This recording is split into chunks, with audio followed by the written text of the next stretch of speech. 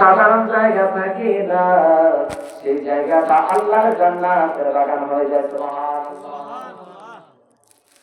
রাসূলের জবান মোবারকের বাণী অনুযায়ী আজকের এই জায়গাটা গতকাল বা তার আগের দিন পর্যন্ত, গত 1 বছর আগ পর্যন্ত এই জায়গাটা একটা মাদ্রাসার মাঠ ছিল, একটা মসজিদের সামনের মাঠ ছিল, কবরস্থানের পাশে একটা মাঠ ছিল। চিন্তা করে দেখেন, এই মাহফিলটা প্রত্যেক বছর যেমনি করে হয় না, আমার রাসূলের জবান মোবারকের বাণী অনুযায়ী এই দুনিয়ার জমিনের মধ্যে যেখানে আল্লাহ এবং তার রাসূলের প্রশংসা করা হয়, দুনিয়া এবং আখিরাতের আলোচনা করা হয়, ওই জায়গাটার সাধারণ জায়গা থাকে না, সেই জায়গাটা যেমনি করে আল্লাহর জান্নাতের বাগান হয়ে যায়। আওয়াজ দিয়ে বলুন তো, আজকে এই জায়গার মধ্যে আল্লাহ সুবহানাহু ওয়া তাআলার প্রশংসা করা হয়। আজকে আল্লাহ সুবহানাহু ওয়া তাআলার প্রশংসা করার পাশাপাশি রাসূল আকরাম সাল্লাল্লাহু আলাইহি ওয়াসাল্লামের জীবনী থেকে, রাসূলের আদর্শ থেকে, রাসূলের জীবন মুবারক থেকে অসংখ্য নসিহতমূলক আজকে এমন বিষয়গুলি নিয়ে আলোচনা করা হবে।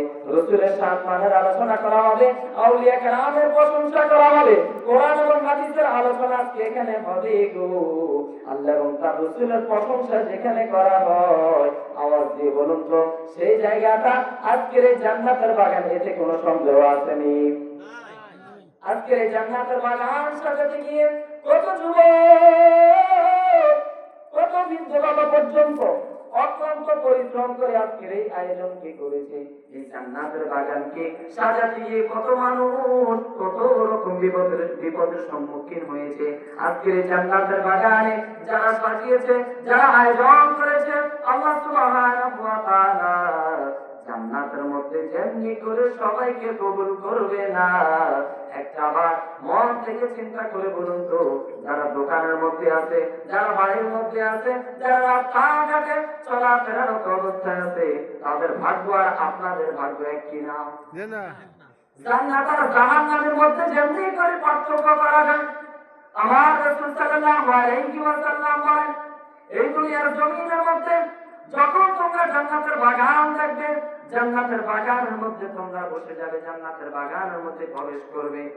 আজকে আপনারা যারা এই মাহফিলের প্যান্ডেলে, এই জান্নাতের বাগানে এখানে যারা উপস্থিত হয়েছেন, এখানে যারা এসেছেন, বসেছেন, কোরআন এবং হাদিসের আলোচনা যারা শুনতেছেন, আল্লাহ রাসূল সাল্লাল্লাহু আলাইহি ওয়াসাল্লাম বলেন, তোমরা শুধু জান্নাতের বাগানে শুধু প্রবেশ করবেই না, জান্নাতের বাগানের ফল সংগ্রহ করবে। সুবহানাল্লাহ।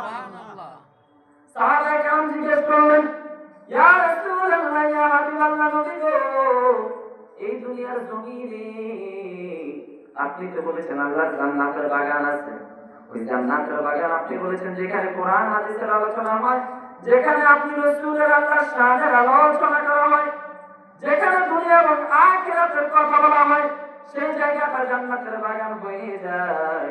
ইয়া রাসূলুল্লাহ, দুনিয়ায় চলার পথে আমরা তো অনেক জায়গায় দেখি এরকম জান্নাতের বাগান, মাহফিলের প্যান্ডেল সাজানো হয়। ইয়া রাসূলুল্লাহ, মাহফিলের প্যান্ডেল যেখানে হয়, সেখানে আমরা জান্নাতের ফল গাছ পাবো কোথায়, ফল পাবো কোথায়?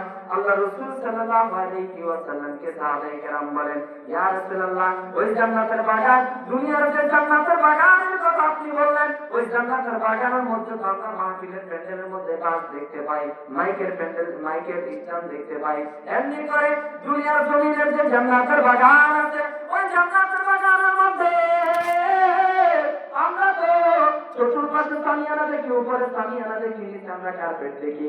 ইয়া রাসূলুল্লাহ, জান্নাতের বাগানের ফল গাছ কোথায় আর ফল পাবো কোথায়?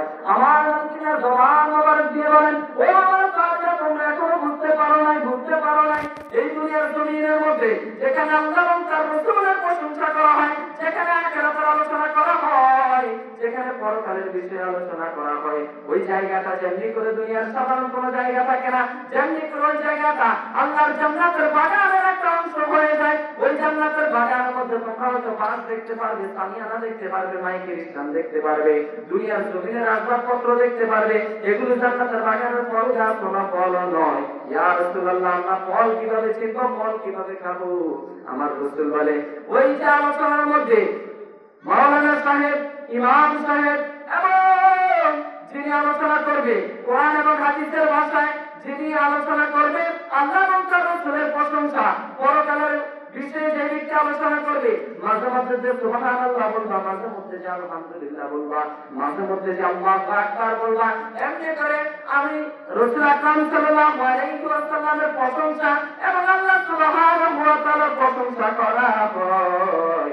ওই সময় সুবহানাল্লাহ, আলহামদুলিল্লাহ, আল্লাহু আকবার এই তাসবিহগুলি যখন তোমরা পড়বা, এগুলি হলো জান্নাতের বাগানের ফল। ওই জান্নাতের বাগানের ফলগুলি তোমরা সংগ্রহ করবে। সুবহানাল্লাহ। তাহলে বলুন তো, মাহফিলের মধ্যে যখন আমরা উপস্থিত হই, যখন বক্তা আলোচনা করবে, মাওলানা সাহেব যখন আমাকে আপনাকে নসিহতগুলি শোনাবে, কোরআন এবং হাদিস থেকে যখন কথাগুলি বাণীগুলি আমাকে আপনাকে শোনাবে, মাঝে মধ্যে যে আমরা আলোচনার এক প্রান্তে আল্লাহর প্রশংসা করার জন্য জোরে সুবহানাল্লাহ বলি, আলহামদুলিল্লাহ বলি, আল্লাহু আকবার বলি, এতে কি আমাদের লাভ না ক্ষতি? লাভ।